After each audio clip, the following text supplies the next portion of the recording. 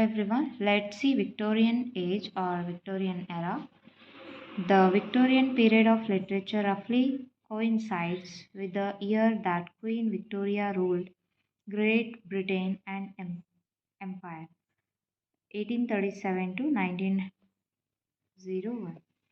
The age comes after the Romantic Age and ends with the turning of the modern age of the 20th century. The Victorian age was in many ways the most glorious age in the history of England because it made unexpected progress in all spheres of life and British Empire. It was started in 1830, a long period of peace, prosperity, refined sensibilities, and national self confidence for Britain. So, in this period, these all things happened. Political situation was divided between two parties, Whigs and Tories. It also plays vital role in history and literature of Victorian era.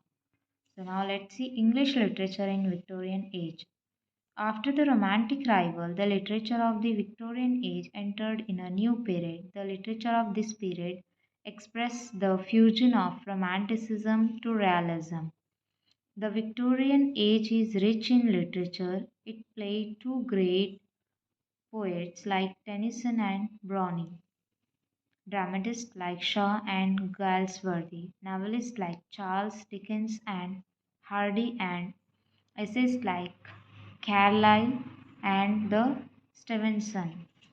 So, Victorian era writers, many writers are very famous, but one by one we'll see in detail.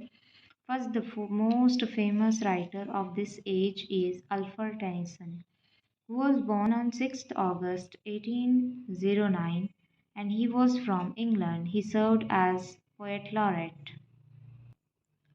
Tennyson received the Cambridge University Chancellor's Gold Medal in 1829 for Timbuktu of his earliest composition. Alfred was the fourth of his parents' 12 children. Frederick and Charles, who were Tennyson's brothers, were also poets. Alfred, with two of his brothers, Frederick and Charles, was sent in 1816 to 1822 Louth Grammar School. He entered Trinity College, Cambridge in 1827, where he joined a secret society called the Cambridge Apostles, and this is an intellectual society at the University of Cambridge founded in 1820. At the Cambridge, Tennyson met Arthur Hallam and William Henry Bookfield, who became his closest friend. His first publication was collection of his boyish rhyme and those of his eldest brother Charles, entitled Poem by Two Brothers, published in 1827. In 1829, Tennyson won the Chancellor's Gold Medal at Cambridge for one of his blank verse poem Timbuktu. He published his first solo collection of poem chiefly lyrical in 1830, Claribel and Mariana, which remain some of Tennyson's most celebrated poems, were included in the volume.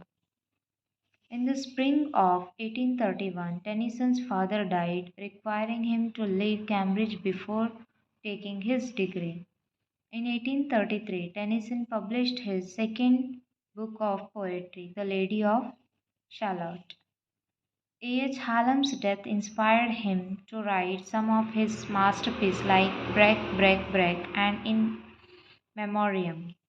In 1842, he published two volumes of poem. In volume first, he revised his earlier poem. Volume second had entirely of new poems. Poem volume second, such as Locksley Hall, Tithonus, and Ulysses, met fame. And here are some important works of Tennyson.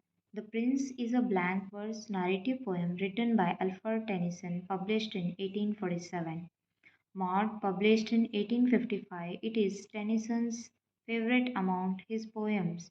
It is a series of soliloquies Tennyson called it a monodrama. In 1874, along with writing poems, Tennyson tried his hand at poetic dramas. His first work in this genre, Queen Mary, The Lotus Eaters, is a Tennyson's poem published in 1832 but is included in the 1842 volume. In it, revised from it is a lyrical monologue, and Lotus Eater is very famous topic of UGC Net and Set. Ulysses is about Dante's Inferno in 1833 and published in 1842. So this is about the Tennyson. So